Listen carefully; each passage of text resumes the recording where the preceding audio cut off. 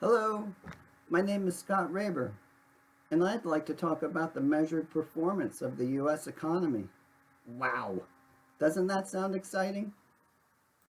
Look, I know that for most people, this is not an exciting topic, but we all have an important decision to make for the November 3rd election. And a lot of the debate is about handling of the economy. And they're throwing numbers at us left and right. Oh, you guys underperformed. We turned things around. This is one thing that the average citizen doesn't have to speculate about. There's so many tools and so much information out there to just look and see the record of what happened in our economy, and specifically over the last 10 to 12 years. In the next few minutes, I'll take you through some of the economic measures we hear talked about. We can have a look at established trends in the data and see what we can take from it. It's not difficult, as most of the trends are far from complex, and you don't need to be an economist to understand what it's saying. And just for the record, I'm not an economist. My formal training is in mechanical engineering. In my work life, I spend a lot of time around numbers and graphs, and I'm comfortable with this sort of thing, and I hope I can make you comfortable with it as well. Okay, so enough chit chat. Let's look at some numbers and see what we can see. The plan is to first look at numbers that have to do with job creation, employment, unemployment, roll into a little bit of manufacturing data, and then finish up with gross domestic product, or GDP, the most favored economic measure to throw around. All of the data that I'm going to present to you comes from the U.S. Bureau of Labor and Statistics, or BLS, and is accessed through the St. Louis Fed's website, which is a magnificent website for accessing this data, which includes some wonderful tools for examining it. I'll put a link to their site in the notes. In each graph, I'll show the same time scale, beginning of the year 2008 out to current. All of my conversation will begin at 2010. As we all recall, 2008 was the beginning of the Great Recession, and it's clear that recovery began in 2010. I'm not going to be talking about recession. I'm going to be talking about what did the recovery look like, what happened in 2016, right? Because this is something we need to consider, and this is what all the politicians are talking about. What did you do and what did we do? So 2016 is an important date. How did things trend leading into 2016, and how are things different post 2016? Also, I should say, this is not a COVID conversation. This region in here, not going to discuss it. My discussion ends middle of 2019, right?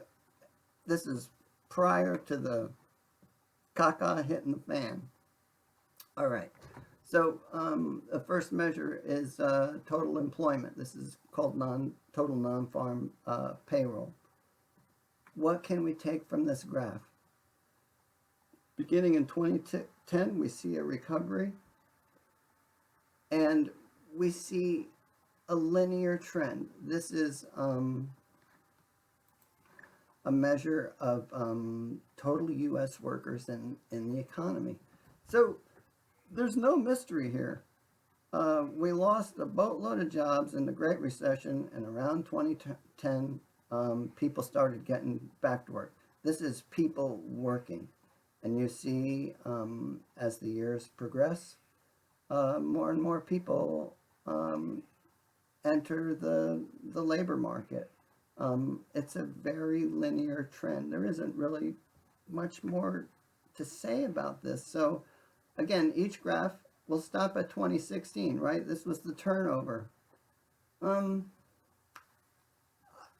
I'm seeing no change in the established trend. The economy just kept marching forward. I certainly felt it where I live here in Washington State. Things were getting better, and jobs continued to be added at a very similar rate. And remarkably, the other big event that we should concentrate on is end of 2017, December 22nd, 2017. The tax bill was signed, lower taxes on corporations. Um,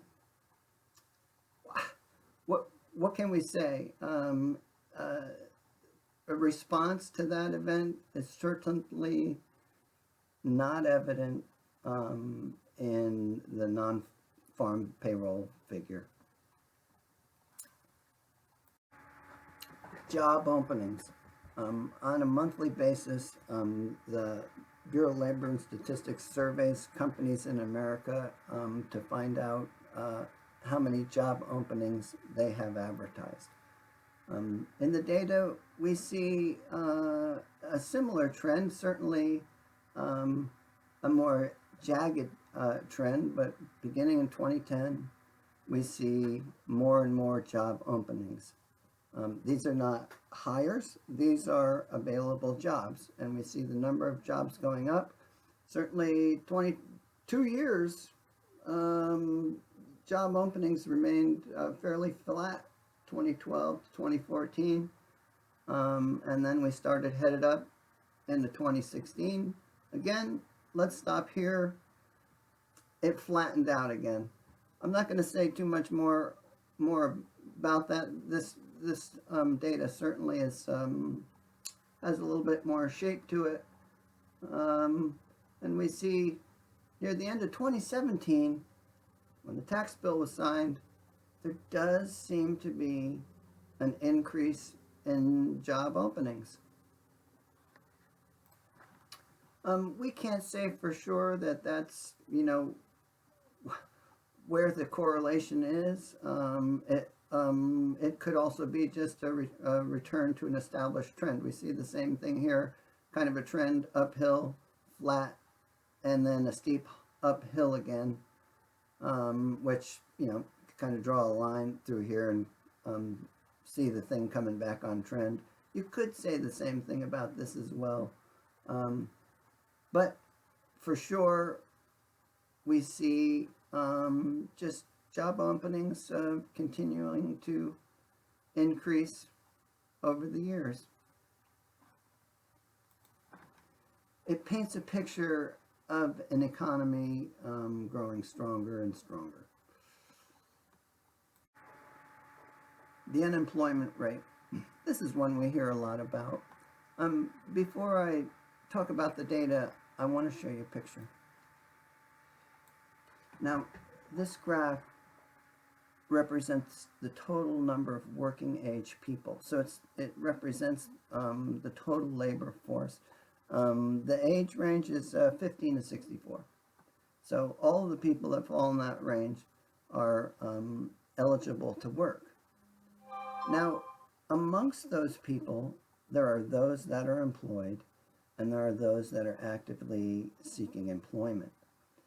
It's this blue and light blue area.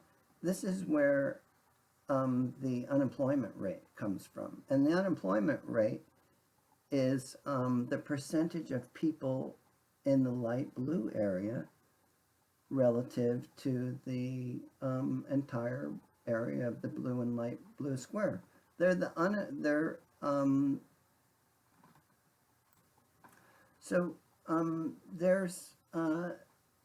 a relationship here that you need to understand. If a person is actively seeking work, they're in the light blue square, they're contributing to the unemployment figure. If at some point they get discouraged and they stop seeking employment, they drop into the orange square. and the light blue square becomes smaller, and the unemployment rate drops, and this person didn't get a job. So that's we'll see that um, in the data, and I just wanted to introduce you to that concept here. Okay, so let's have a look at the unemployment rate. Same story. 2010, we start to see the unemployment rate drop. 2013, 2014, 2015, seems like there's a slight acceleration in the decline in the unemployment rate, and we see it start to level off a little bit around 2016. Okay, so like we said, 2016, here's the turnover. No real break in the trend. A little bit flat prior to, a little bit flat leading out, and then starts to get back on trend with a dropping unemployment rate. Certainly, the drop you can see is not as steep as what we were seeing in the 2013 through 2015 period. But to be fair, economists say that around 3 to 3.5% unemployment is called churn, and they don't expect the unemployment rate to ever drop below that. I think of it as like the take this job and shove it phenomena, right? Everybody's got a job, but you got hundreds of millions of people working, and people sometimes don't get along and get dissatisfied with a job. So there's always going to be a certain number of people leaving a job.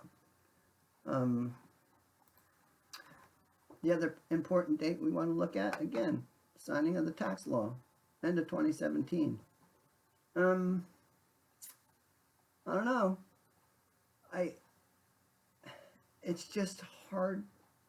There's just no trend that we can pull out of this data that looks like there was a change after the tax law was signed December 22nd, 2017. So, 2 years. We have 2 years of data. Unemployment certainly current continued to decline, and certainly here we are. There's 3.5% right there. You see it flattening, and again, we would expect it to have flattened there, but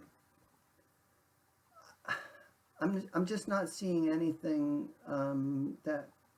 There's a slight bump here. Yeah, there just doesn't seem to be anything that we can really tie to the tax law, and there doesn't seem to be a lot that we can see in a turnover. Of course, right at the turnover, you wouldn't expect to see immediate changes, but I'm not seeing anything in this data that looks extremely different trend-wise than we see prior to 2016. All right. Labor force participation rate. Okay, this one we don't hear so much about. We heard a little bit about it in the 2016 election. But again, let's go back to this figure. The labor force participation rate is the percentage of the blue square, the blue and light blue square, relative to the total square. It's the percentage of the people that are employed or seeking employment relative to the total size of all employable people in the country. All right, so we see the labor force participation rate dropping. Certainly, there's no dip there. 2008 hit, and people started dropping out of the labor force. they weren't looking for work. And that decline continued basically the middle of 2014. People were dropping out of the labor force. I said in the beginning of this video, I am not an economist. I'm not going to try to explain a lot of this. I have read a little bit about it, and some economists are writing part of it is due to attrition. Things were getting bad. Boomers were coming up on retirement age. Companies started offering packages to allow the boomers to retire early. That's part of the explanation. But, you know, for our discussion, it is what it is. People were dropping out of the labor force right up until middle of 2014. I would say probably, I mean, the basin, probably just right up to the election.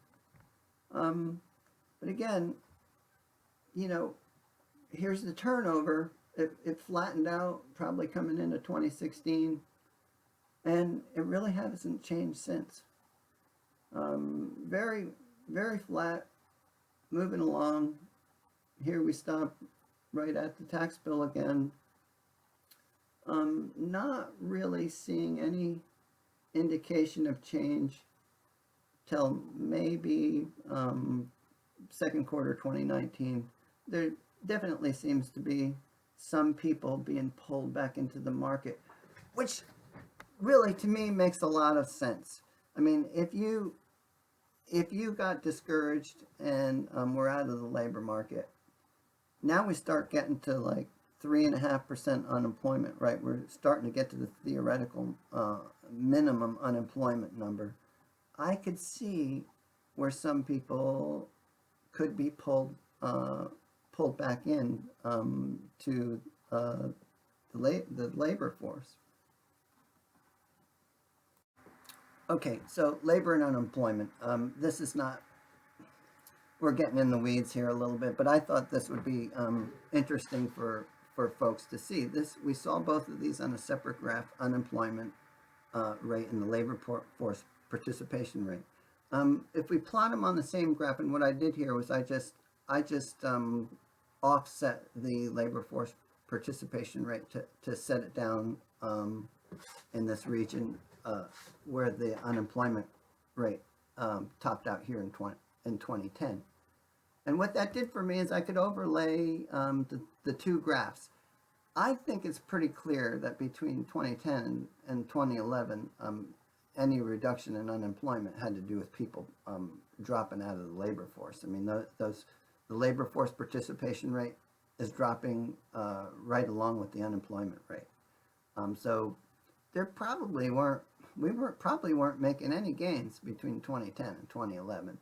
But middle of 2011, we start to see the decline in the labor force participation rate level off, yet unemployment continued to decline. The difference between the two here means people are getting back to work. So enough said about that. I just thought that was an interesting comparison. Manufacturing capacity utilization, right? Another one, you don't hear that phrase talked about a lot or that metric talked about a lot, but it's certainly important to the president, right? Manufacturing. So this is a percentage of the installed capacity. It doesn't have to do with building new manufacturing capacity. It has to do with the manufacturing facilities that we have built and how much of that capacity is being used. And what do we see? Certainly we started, well, interestingly enough, middle of 2009, utilization rate started climbing quite rapidly and topped out about 2012.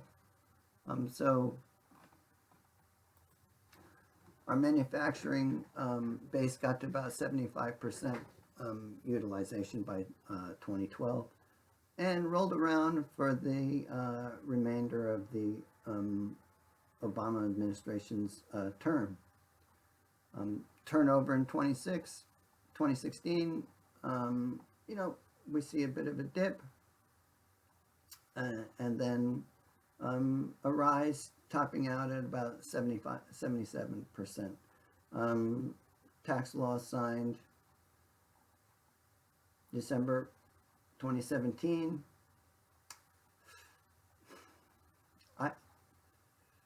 I see no response. I mean, if anything, you could say there's a negative response, right? I mean, because you sign something into law and 2017. I mean, it takes a full tax year, I suppose, before corporations take advantage of it. I don't know. I'm not seeing it. Things started to drop off a bit in 2019. There's not a lot you can say about that. That's just sort of ebb and flow of the economy. Okay, moving on. Gross domestic product, or GDP. Okay, this is the one we hear the most about, and it is a measure of stuff we make and services that we provide within the United States as measured in dollars. What you see here is a graph of GDP all the way from 47. And the reason I'm showing you this graph is because I do want to point out the upward sweep of this graph. That is characteristic of inflation or interest. Either way, it looks the same way, because the GDP measures the stuff we make and the services we provide in current dollars. So as we have inflation, and inflation is not a bad thing, but inflation is what gives this curve, it gives it this shape. So what I'm trying to say is inflation masks some of the details in the GDP data, but our inflation rate has been so low in the past 10 years. It's like been around less than 2%. I mean, the Fed tries to push it over 2%. That its influence on the data, when I look more closely, isn't great. Okay, so for this analysis, I actually clicked the download button and brought the data onto my computer, and I did some analysis in Excel, and I have some interesting things to show you. Okay, so here's that data rendered in Excel, same date range, 2008 out to current. Our interest is in 2010 to somewhere middle of 2019. All right, so we just heard in the vice presidential debate, Vice President Pence exclaim how slow the recovery was in the previous administration and how the current administration had turned things around. Look at this data. Look at this curve. 2016, 2017, tax law passed. Here, end of 2017, there's a slight jog up, but honestly, I don't think corporations had a chance to even benefit from it by the time we see the slight bump up. But the overall trend is continuous. I mean, for folks not interested in data or not used to looking at data, there's always some bumps in real data. But, I mean, do you see a break in the trend? Anywhere in here? Okay, now, I've got something interesting to show you, and so we're getting into nerddom here a little bit, but I wanted to, you know, really examine. It's one thing to say, oh, it looks smooth and the trend looks the same, but I really want to make sure that there is not some divergence in the trend. Um, you know, post 2016. I mean, maybe, you know, something really did alter slightly. So here's what I did. I fit a curve to this data. Let's go have a look at this, the next graph. Right, so exponential growth is represented by a very, very simple equation. Um, bear with me, folks.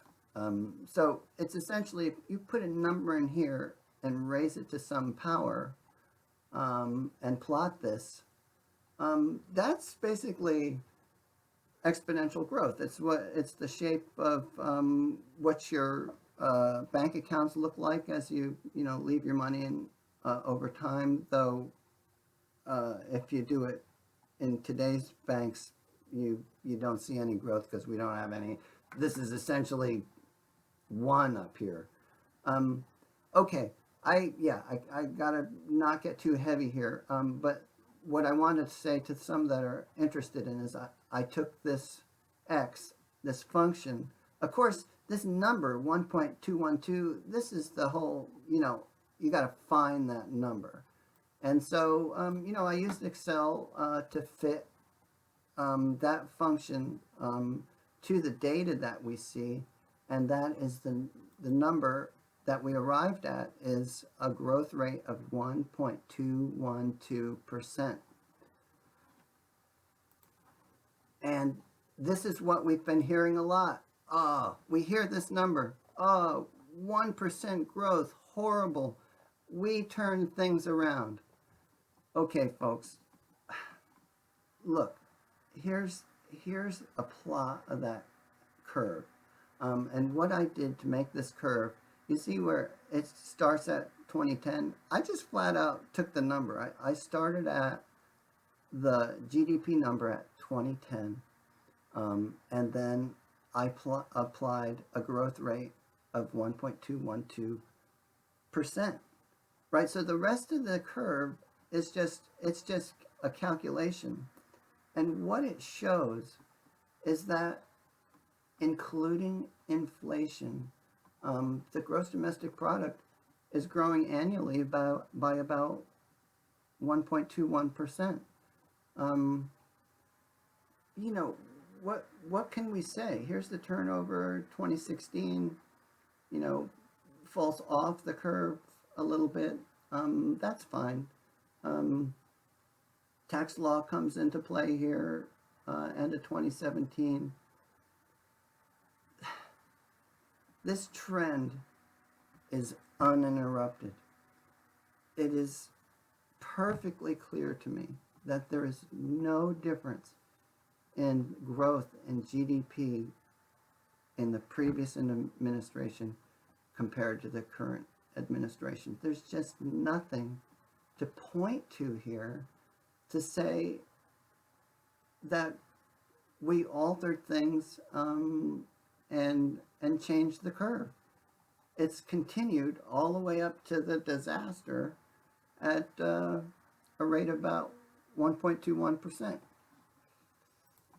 Now, I should leave it at that, but I got to show you one more thing. Okay, there's another. Remember how we discussed that GDP also reflects inflation, but we know what the inflation is. It's recorded what the inflation is year over year, and you can back that out of the GDP numbers. So there's another number called the real gross domestic product, and that is the change in GDP with the influence of inflation extracted from the data. We see, of course, you know, again, you know, 2008 to current, I mean, inflation's been pretty low, but you see a slight, you know, straightening of the line. And I went through the similar process, and I fit a line, an exponential growth line to that data. So in real terms, we have less than a 1% growth rate in our economy, in our gross domestic product. And for the purposes of this conversation, like I said, we got to look at 2016.